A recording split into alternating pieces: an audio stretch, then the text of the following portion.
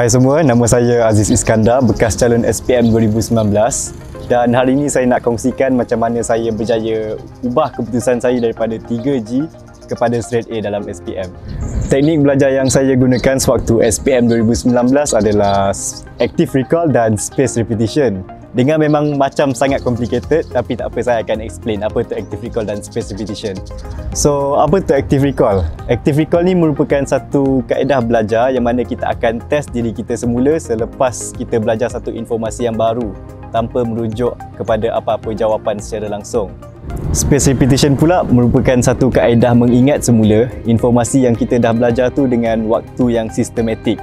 Manusia sebenarnya ada forgetting curve, dan curve ni dia tunjukkan yang kalau kita tak cuba untuk ingat balik perkara yang kita dah belajar dari masa ke semasa, kita akan lupa informasi tu.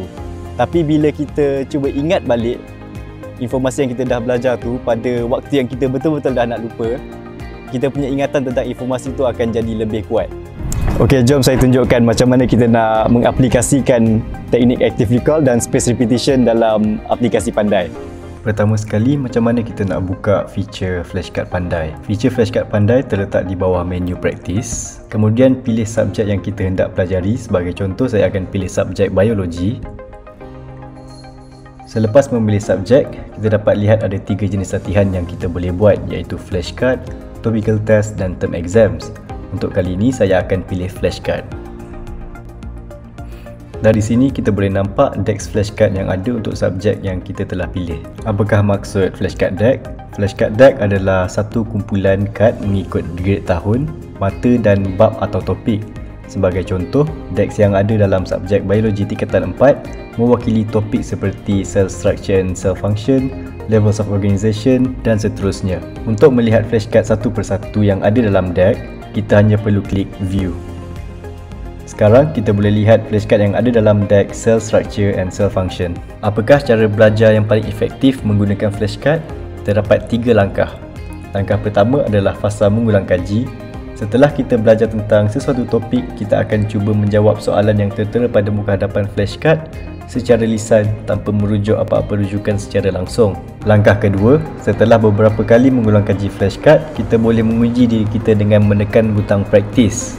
Jika kita dapat menjawab soalan yang tertera pada muka hadapan flashcard dengan mudah, tekan butang easily, dan jika sebaliknya, tekan butang not quite.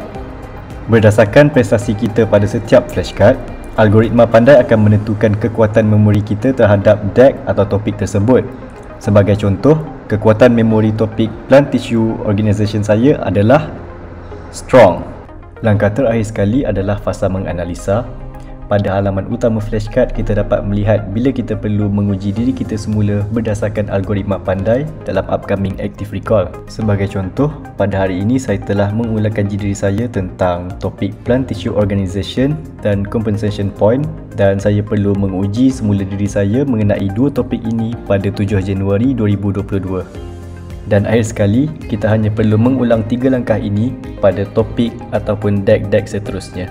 Sedikit pesanan untuk pelajar-pelajar yang bakal mengharungi peperiksaan dalam masa terdekat. Saya faham perasaan berdebar nervous tu memang normal, tambah-tambahan lagi dengan keadaan yang sekarang ni. Tapi tak apa, dan jangan risau, masih ada masa untuk korang belajar dan fokus dekat topik-topik yang lemah menggunakan feature flashcard dalam aplikasi Pandai. Itu sahaja perkongsian saya hari ini. Belajar dengan Pandai, confirm pandai.